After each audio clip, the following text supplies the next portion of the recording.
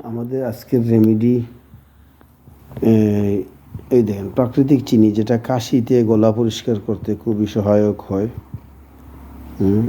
আমরা চিনি যেটাকে কাশির জন্য উপকারী, খেলে খুব দ্রুত কাশি সারে, গলা পরিষ্কার করে রাখে এবং এর আরও ভিন্ন ভিন্ন গুণাবলী আছে।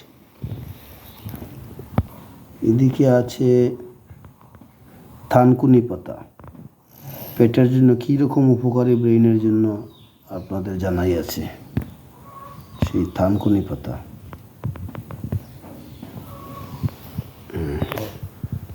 এদিকে আছে কি নিম পাতা, কি এই দেখেন নিম পাতা, কচি কচি নিম পাতা, ওগুলো সব আমরা আরও কিছু জিনিস আছে। এটা হচ্ছে নিম পাতা, কচি কচি নিম পাতা। সকাল সকাল আজকের রেমেডি তৈরির জন্য কিছু নিম পাতা নিয়ে আসলাম। আপনারা দেখছেন এগুলো হচ্ছে নিম পাতা, সাথে ব্লেন্ডারে দিয়ে দেব। সাথে আছে কিছু হেলেঞ্চা শাক, যেটা ব্রেইনের জন্য খুবই উপকারী। এবং আপনারা দেখতে পাচ্ছেন আরও কিছু, সেটা হচ্ছে জাপানি লতা। এটা গ্যাস্ট্রিকের জন্য অত্যন্ত উপকারী, গ্যাস্ট্রিকের জন্য। আচ্ছা, এর জন্য পেটের পীড়া, অসুখ, গ্যাস্ট্রিক এগুলো নিবারণের জন্য আনলাম আরও কিছু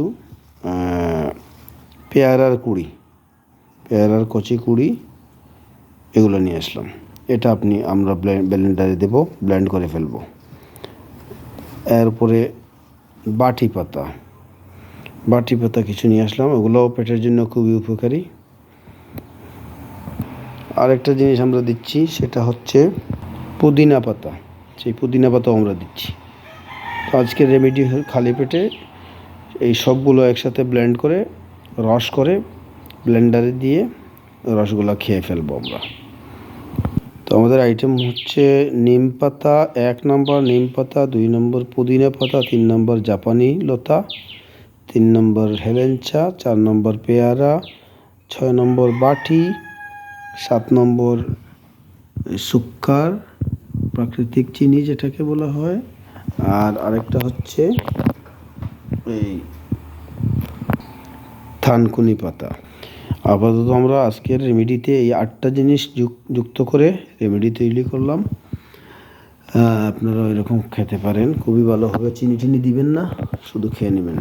আল্লাহ হাফিজ, আসসালামু আলাইকুম।